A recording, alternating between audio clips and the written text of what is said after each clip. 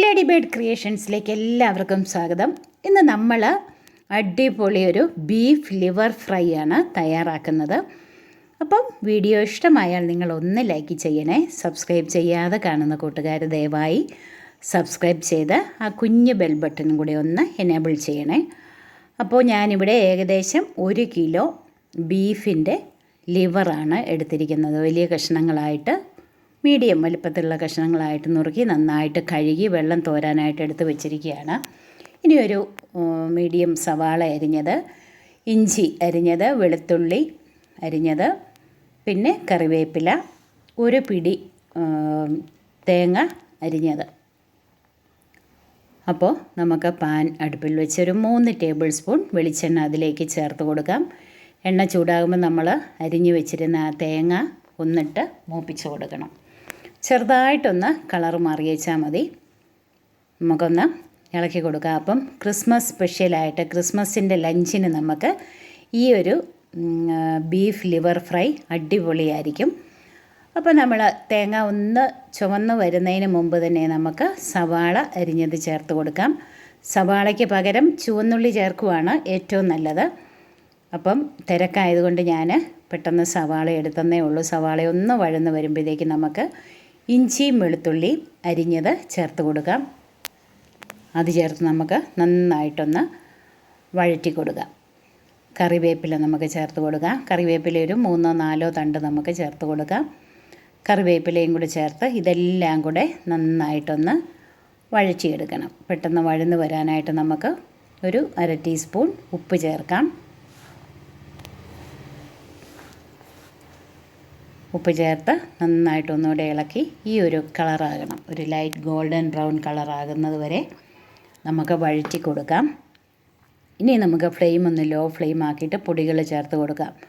നമ്മൾ വീട്ടിൽ തന്നെ തയ്യാറാക്കിയ മുളക് പൊടി 2 ടേബിൾ സ്പൂൺ, മഞ്ഞൾപ്പൊടി ഒരു 1/2 ടീസ്പൂൺ, ഗരം മസാലപ്പൊടി 2 ടീസ്പൂൺ, അതുപോലെ പെരിഞ്ജീരകം വറുത്ത് പൊടിച്ചത് 1 ടീസ്പൂൺ, കുരുമുളക് പൊടി 2 ടീസ്പൂൺ, ഇത്രയും ചേർത്ത് നമുക്ക് പൊടികളൊക്കെ നന്നായിട്ടൊന്ന് വഴറ്റിയെടുക്കാം. പൊടികളുടെ പച്ചമണമൊക്കെ മാറുന്നത് വരെ നന്നായിട്ടൊന്ന് വഴറ്റിയെടുക്കാം. ഇപ്പം നന്നായിട്ട് വഴന്ന് ഒരു മൂത്ത മണമൊക്കെ വരുന്നുണ്ട്. ഈ സമയത്ത് നമ്മൾ വെള്ളം തോരാനായിട്ട് എടുത്തു വച്ചിരുന്ന ബീഫിൻ്റെ ലിവർ നമുക്ക് ചേർത്ത് കൊടുക്കാം. അപ്പം അതുകൂടെ ചേർത്ത് നമുക്ക് നന്നായിട്ടൊരു 2 മിനിറ്റ് ഒന്ന് വഴറ്റി ഈ പൊടികളൊക്കെ നന്നായിട്ട് ഇതിൽ പിടിക്കണം. ഒരുപാട് ഗുണങ്ങളുള്ളതാണ്. ബി കോംപ്ലക്സ് ഒക്കെ നന്നായിട്ട്, വൈറ്റമിൻ ബി ഒക്കെ നന്നായിട്ട് അടങ്ങിയിരിക്കുന്നതാണ് ഈ ലിവറിൽ. അപ്പം നമ്മൾ ഇത് ഉണ്ടാക്കി കഴിക്കുന്നത് ആരോഗ്യത്തിന് വളരെ നല്ലതാണ്. ബീഫ് കഴിക്കുന്നതിലും നല്ലതാണ് ബീഫിൻ്റെ ലിവർ കഴിക്കുന്നത്. നന്നായിട്ട് കുരുമുളകൊക്കെ ചേർത്ത് ഉലർത്തിയെടുത്താൽ നല്ല ടേസ്റ്റാണ്. അപ്പോൾ നമ്മളൊരു 2 മിനിറ്റ് ഒന്ന് വഴറ്റി എടുത്തിട്ടുണ്ട്. അല്പം കുരുമുളക് പൊടിയും കൂടെ നമ്മൾ ചേർത്ത് കൊടുക്കുന്നുണ്ട്. കുരുമുളക് പൊടിയാണ് ഇതിൻ്റെ ഒരു സ്പെഷ്യൽ ഫ്ലേവർ നൽകുന്നത്. അപ്പോൾ അതോട് ചേർത്ത് നമുക്ക് വീണ്ടും നന്നായിട്ട് ഒന്നുകൂടെ ഒന്ന് ഇളക്കി കൊടുക്കാം. ഇനി നമുക്ക് ഇത് വേകുന്നതിന് ആവശ്യമായ ചൂടുവെള്ളം 1 കപ്പ് വെള്ളമാണ് ഞാൻ ആദ്യം ചേർക്കുന്നത്. ഇനി വേവ് ഇനിയുണ്ടെങ്കിൽ നമുക്ക് ഈ വെള്ളം വറ്റി കഴിയുമ്പം കുറച്ച് ചൂടുവെള്ളം കൂടെ നമുക്ക് ചേർക്കാം. ഇത് ഞാൻ കുക്കറിലൊന്നും വേവിച്ച് എടുക്കുന്നില്ല. ഇതേ പാനിൽ തന്നെ അടച്ചു വെച്ച് ഒരു മീഡിയം ഫ്ലെയിമിൽ വെച്ച് വേവിച്ചെടുക്കുവാണ്. അതാണ് അതിൻ്റെ ടേസ്റ്റ്. നമ്മൾ കുക്കറിലൊക്കെ വേവിക്കുമ്പോൾ അതിൻ്റെ ആ ഒരു ടെക്സ്ചറൊക്കെ അങ്ങ് മാറും. അപ്പം നമുക്ക് ഇതുപോലെ തന്നെ ഈ പാനിൽ അടച്ച് വെച്ച് നമുക്ക് വേവിച്ചെടുക്കാം. ഇടയ്ക്ക് നമ്മൾ ഇളക്കി കൊടുക്കണം. അടിക്ക് പിടിക്കുകയില്ല, എന്നാലും ഇടയ്ക്ക് നമ്മളൊന്ന് ഇളക്കി കൊടുക്കണം. നോൺ സ്റ്റിക്ക് ആയതുകൊണ്ട് ഇടയ്ക്കൊക്കെ ഒന്ന് ഇളക്കി കൊടുത്താൽ മതി. അപ്പം വെള്ളം വറ്റി വരുന്നുണ്ട്.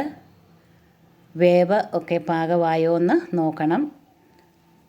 വീണ്ടും വേവ് ഉണ്ടെങ്കിൽ അല്പം ചൂടുവെള്ളവും കൂടെ നമുക്ക് ഒഴിച്ചു കൊടുക്കാം. ഇതുപോലെ ഇടയ്ക്ക് ഇളക്കി അടച്ചു വെച്ച് നന്നായിട്ടിത് വേവിച്ചെടുക്കണം.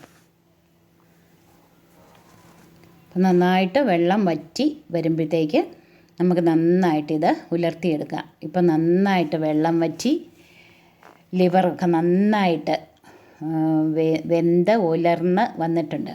അപ്പം